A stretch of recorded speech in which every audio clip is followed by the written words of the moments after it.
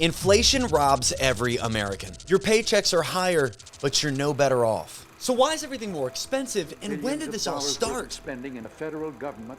Insert 1971. Clubbing demonstrators on the head. Whether or not their president's a crook. Well, I'm not a crook. A fancy Frenchman would take what is ours, while a man on the inside would take more than maybe his fair share. Why is everything so expensive? And what happened in 1971?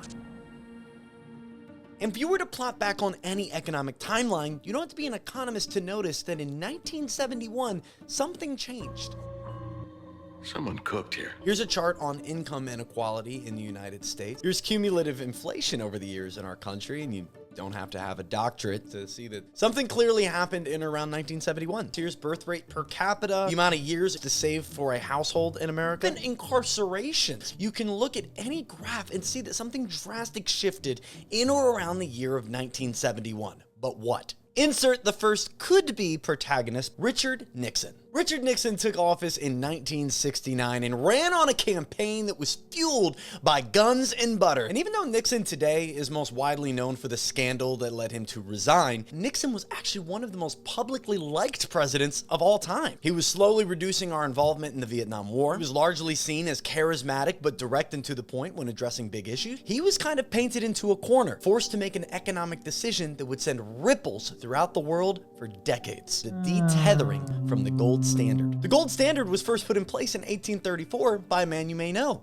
Andrew Jackson. Andrew Jackson came along and destroyed the Second National Bank of America and brought on the gold standard to replace it. The gold standard put a stamp of how much dollar is worth this much gold, and we stuck with that standard up into 1914. And this system worked fine until the Federal Reserve and World War I stepped in. We switched back to a central bank, and there were a lot of countries throughout the world at the time that were not getting along until we get to 1944. Over 700 political delegates from 44 different countries throughout the world to decide how we were going to treat international commerce. And so what all 44 of these countries agreed on, as everybody was recovering from world wars that had happened in the past 3 decades, was that the dollar was going to be the new reserve currency. And they loved the dollar because if they traded a certain amount of it, they could get gold. For every $35 we give, we get 1 ounce of gold. That is until the second would-be protagonist of this story enters, President Charles. President Charles Andre Joseph Marie de Gaulle was the president of France, and he and his economic panel decided that America was bluffing, and they were going to call America on their bluff by taking our gold. Remember, America had set up a system saying for every $35 you have, we will give you 1 ounce of gold. And the economists of France at the time got together, got in front of President Charles and said, hey, we think America does not have as much gold as they say they have, and we don't want to be left holding the bag, so why don't we go ahead and start getting our gold? And that's exactly what would happen. France, who had already transferred most all of their money into gold, had sent over a battleship, a French battleship, over to New York City's port with every single dollar they had in their reserves left, requesting every last one of them gets transferred into gold. And this was 4 days before the critical decision was to be made by Richard Nixon. Quick catch up. In 1832, Andrew Jackson started the gold standard. In 1913, we created a central bank to monitor that gold standard. At the Bretton Woods Conference, we'd invite the rest of the world to join in our gold. And by 1971, we were running out of gold. And that's when April 1971 happened. There was an emergency economic meeting. At that meeting were Henry A. Kissinger. He aided in many of the meetings that Nixon would have around foreign economic affairs. Second gentleman was named Arthur F. Burns. Burns was currently serving as the chairman of the Federal Reserve, and he and Nixon would actually go on to form the International Economic Policy Board. But the third person at that meeting seemed to head the charge. His name was Peter G. Peterson. He was named the assistant to the president for international economic affairs. Peterson was the one who created the actual report that Nixon saw that said, hey, we need to remove ourselves from the gold standard ASAP or the American people are going to be in for it. But why does that make everything expensive today? We did have gold, now we don't have gold. What does it really mean? Let's say you just cooked up some nice brownies, beautiful brownies, they're the best brownies. No one's ever had anything better. People know it. So they come to you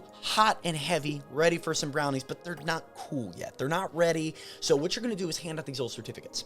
And what the certificates say is based on what they pay you. You're going to get a certain amount of brownie per certificate. And then they're going to come back later on to get the brownies when they're cool and ready to eat. You got your one certificate, you knew that that equaled one brownie. During the gold standard, that's what we had. If you had $35, you had an ounce of gold. The dollar was, as they say, as good as gold. Our removing from the gold standard changed all that. We removed all fiscal responsibility. We could now print as much money, as many dollars, as many pieces of green paper as we'd like, no matter how much gold we had, because we no longer had that standard. If you had your brownie certificate and you came back to the brownie stand later, ready for your one brownie for your one certificate, and I told you, actually, your one certificate's gonna get you a quarter of a brownie, you wouldn't be happy. You'd say, I want my full brownie, we agreed on a full brownie, why am I getting less brownie? And if my answer was just inflation, you wouldn't be happy, but frankly, that's been the answer for the past 50 years. So now the dollar's only value is the trust that you hold in the government that's distributing it. And every time that money is distributed, money is printed, money is added to our economy, it is causing inflation. Do you know how much money was in our economy in 1981?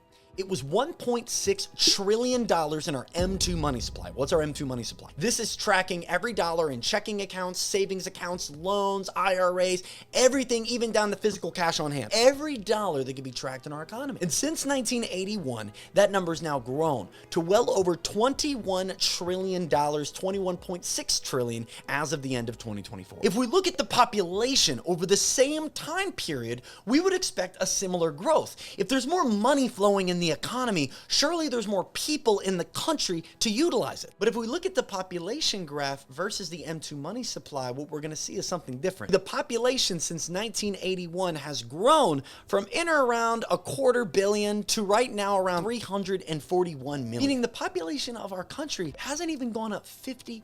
The M2 money supply, the amount of money in our economy, that's up over 1,200%. Population around 50%. So if there's around 10 times more dollars per head in America in 2025 versus 1981, what gives? Because there are millions of Americans who are making more than they've ever made in their lives, that are feeling broker than they've ever felt. And stats would back that up with power, food, clothing, childcare, car, insurance, healthcare, taxes, everything across the board is obnoxiously more expensive, while the upper class seems to be becoming only richer during these times. To understand what this is, we have to know who Richard is. Richard was a French-Irish economist from the 18th century who would create what's called the Cantillon effect. Now, this effect was laid out in his book. His book famously accidentally predicted the late 1700s event in France, the French Revolution. And the way that he predicted it wasn't that he said that the raiding of Bastille was going to happen. He specifically stated that the wealth gap was going to fuel unrest. That when money was added to an economy, when money was printed, for example, that there's only two classes of individuals that actually benefit while everybody else will get brokered. The two classes, government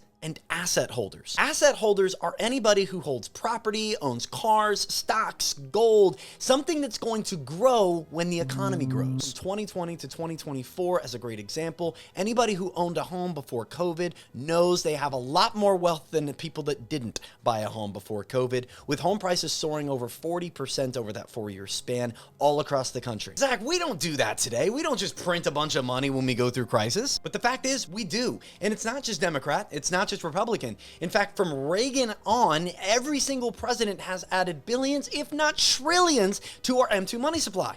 Why are we going so Most recently, Trump added about $3 trillion in his last term, and Biden adding about $3.1 trillion. But what I couldn't understand with all of these questions is we can clearly see who doesn't benefit from this. We can clearly see the millions, if not tens of millions, of Americans who are seeing home prices too high to obtain, car prices forcing them to have different family decisions, even having to make the choice of not having kids because it's simply too expensive to raise one. Who benefits from all of this? So I had to ask, who's the biggest asset holder in the world? Who holds the biggest bag? In doing such research, it wasn't hard to find. It's Blackrock. If you don't know who Blackrock is, they're an investment fund. More specifically, an equity fund. And an equity fund primarily only invests in assets, such as stocks. For example, they own 5 to 15% of nearly every majorly traded company in America. If you buy it, if you sell it, if you insure it, you're probably somehow putting money in BlackRock's pocket. Now we know that assets grow quickest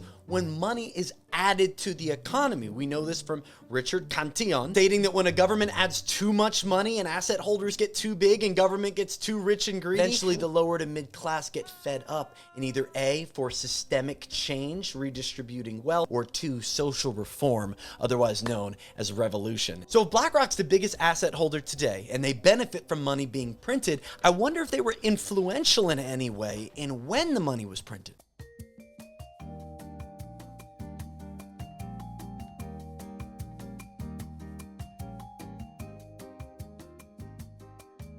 And in 2008, we didn't decide to print money on our own. No, in 2008, we hit up BlackRock. BlackRock would help decide which banks get bailouts. They would decide which mortgages they wanted to buy up and take ownership of. And they would advise the Federal Reserve to enact quantitative easing, which is them making money exist out of nowhere and adding it into the economy. And it wasn't just then. In 2020, virus hits, let's print money. And who did we hit up to advise us on that decision? We hit up BlackRock, the Federal Reserve, taking advice from them to enact, again, quantitative easing. And only a month after consulting with the Federal Reserve, they would also drop their rates historically for the very first time to 0%, making borrowing money so insanely cheap. And that got me thinking, if a company's sole goal is to make money for its investors by holding assets, hoping those assets will grow in value over time, and I happen to know certain laws about macroeconomics, such as one that Richard Cantillon brought up, that if money is added, then assets grow in value, you'll see that it's gained value over the last 20 years pretty consistently, but there's 2 years specifically that had the largest jumps: 2008 to 2009, and 2020 to 2021. So the same man who's consulting our Federal Reserve on how much money we should print, i.e. how much the dollar will inflate, is the same man whose company directly benefits from the dollar inflating. The very thing that makes everything so expensive today is making BlackRock and Larry Fink richer than ever before. So did this socioeconomic money pirate just come out of thin air? No, he founded BlackRock in 1988 with a 50-50 investment between him and a company named Blackstone. Blackstone was founded in 1985, and Larry Fink would be on the board for Blackstone before receiving that investment to go create BlackRock, and that partnership was authorized by the owner of Blackstone, Peter G. Peterson. And in April of 1971, he would produce the report that would show that we needed to remove ourselves from the gold standard, that would make money printing one of America's greatest pastimes, and give a runway for companies like BlackRock to achieve global domination. The same thing that made BlackRock wealthy made your dollar worth less. But did Peterson secretly know what he was doing, or is he simply on the right financial side of an inflationary accident? Regardless of what you believe, Peterson and companies like BlackRock are one of the reasons everything is expensive. Inflation robs every American. Your wage increases were completely eaten up by price increase. Your paychecks were higher, but you were no better off. We have made progress against the rise in the cost of living.